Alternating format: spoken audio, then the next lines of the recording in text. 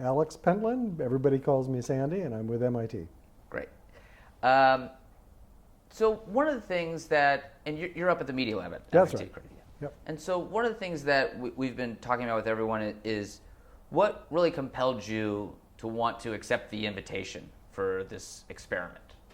Well, for some years I've been working with new sources of data about people, think from cell phones, credit cards, and realizing the enormous power of that to understand people's lives. And that power can be for good or for evil. It's really a Promethean fire sort of a thing. And so several years ago I started a conversation about this at Davos among CEOs and senior regulators to say, what are we going to do? How can we take the advantage of this to stop pandemics, to green the planet, to do things, but at the same time to protect citizens? And the idea of a personal data store seemed to be the central thing where people would be able to control information about them. And that's what we've been building, and that's where we've been going, is this idea of a world where people control their digital selves the same way they control their bodies, and that we can have participation in digital space the same way we have physical participation. So then, what are some of the challenges that you're facing in relation to that, and did you get any insight into those challenges from being here? Well, the challenge is, of course, having people understand it, and it's been great here. People are really getting it. How the mashup between personal data and government data can create a data commons that can improve life for all of us.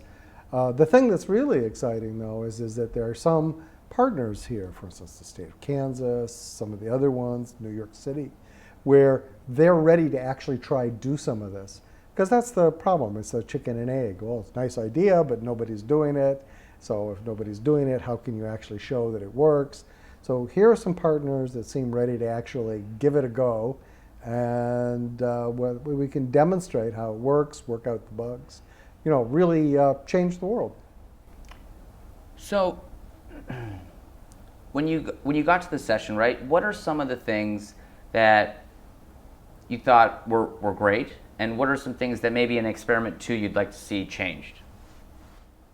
Well, I think that things ought to move along a little further. You ought to have progress. So my particular thing is I want to see actual on-the-ground implementations of some of these things with real people, thousands and thousands of real people really doing things, to be able to point to the value, to actually see what works and see what doesn't work. So for instance, I just helped start a similar sort of experiment in Trento in Italy, where the government was interested in how can we open up things from the corporations, from the citizens, from the government, to really have a much more dynamic, creative society. And that's just beginning, but one of the first things it does is you can get reactions of people to this new idea. Do they feel good about privacy? Do they feel safe? Do they see value in it? And it's those facts on the ground where you really do it that are going to make the thing either go or not go. It's all good ideas and good intentions now. You really have to actually try it out and be able to point to successes to make the thing move forward. So it's kind of like the proof's in the pudding. We got to see something before Experiment 2. Yeah.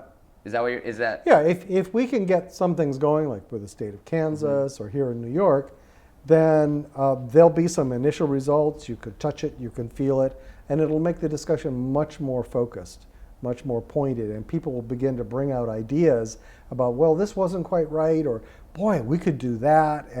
But you've got to have the concrete things there before you can really release people's imaginations. So I know we're on a bit of a time crunch here, so I guess my last question is, if you could have one improvement in governance over the next 5 years, what would it be? I think that it's the mashup of individual data and personal and government data, where citizens are able to see what's known about them, what their data looks like, how they compare with each other. So it's really a data-centric, far more transparent society, and government being a partner in that. Excellent. Sandy, thank you so much.